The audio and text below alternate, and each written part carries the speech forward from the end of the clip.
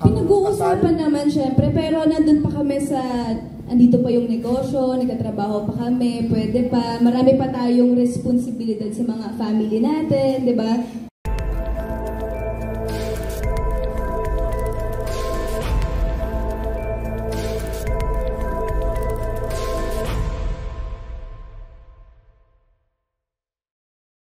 Ano ba yung typical na summer ninyong dalawa? Or meron ba kayong gustong papuntahan given your schedule? I mean, pumunta pa kayo sa beach, pumunta pa kayo ng ibang bansa, something like that? Ngayong summer, ang plano namin talaga ni Ronnie, mag-beach. Kaya lang sa init ng panahon ngayon, di ba? Parang paglabas mo pa lang, sunog ka na kagad eh. Tapos mag-camping din, gusto rin namin yan. Kasi mahilig kami. Sa mga adventure talaga, gustong-gusto namin ni Ronnie. Pero ngayon parang ang sarap malamig. Japan ba? Or ano? Saan ba malamig? Doon tayo sa malamig muna. Tsaka yung summer kasi sa amin ni Loisa, kumbaga, hanggat may araw, pwede yan eh. Anong buwan, pwede yan. Mas kailangan muna namin siguro mag-focus sa mga ganitong sitwasyon. Yung negosyo, itong iceberg na, alam yan, kailangan mag-focus para sa future ba. Yan. Hindi, kasi siyempre, negosyo eh.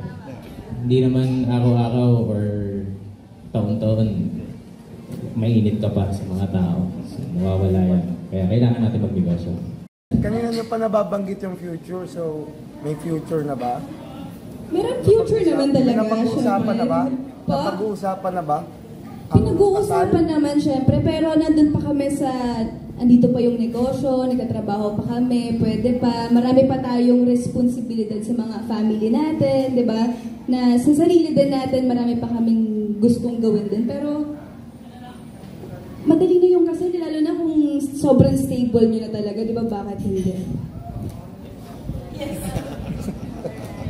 Thank you. For the record, ilang taon na yung relationship niyo? Mag-8. Oo. Yes. So, November. Parang di mo pa alam ah. November. parang hindi ka sure. Hindi ko pa siya sinasagot. 8 years nang nanliligaw. Charot, joke lang. Ngayon, this November. Saka kasi kanina parang napag-usapan na pwede na rin pag-usapan in the future, yung kasal or something.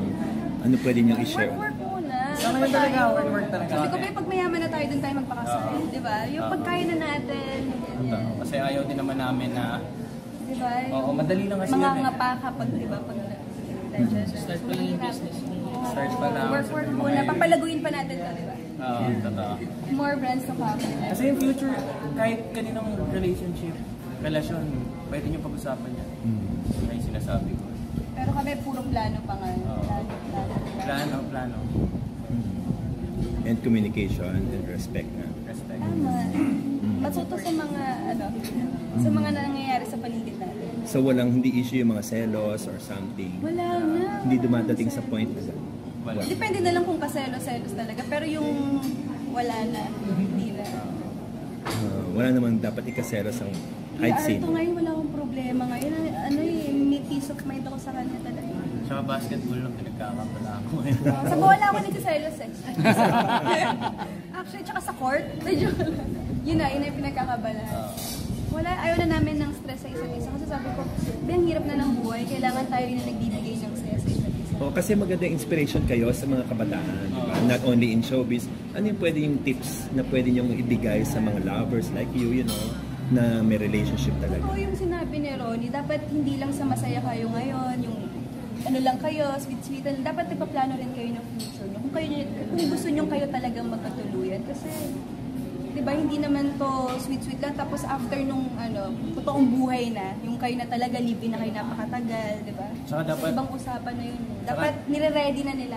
Sorry. Hindi, tsaka dapat hindi nila iniisip ang relasyon laging masaya. So, walang perfect na relasyon. Kung merong ganun, Sino? Gano'n ang jojoain ko. Yun na lang din ang jojoain ko. Ay, sorry. Hindi, gano'n siya. Kung walang perfect, lahat nagkakaproblema. Kaya nyo i-handle. Pero sa inyo yun kung paano nyo i-handle. Kung kayo talaga para sa isa't isa. Pero kung hindi niya kinaya i-handle, baka hindi ko yung tao para sa kanya. Si Ronnie na ba para sa iyo? And si Ron... Dapat! And si Loisa na ba for Ronnie? Oo naman. Ba't kumakamot ka sa Bakit naman? Hindi, totoo naman. Oo, kasi nga ako din yun, kaya ako pumapasok sa relasyon kasi siya na yung gusto magkasama, diba? Ang hirap kasi nung kikilala na lang, diba? Dapat siya talaga. Yun din, dapat sa mga ibang relasyon alam nila kung paano papasukin yung isang relasyon. Ano man tawag? Relasyon. Kasi hindi nga puro lagi naman Yes, so, hindi porket yung sinasabi nagka-problema namin. lang kayo, mag-give up na kayo.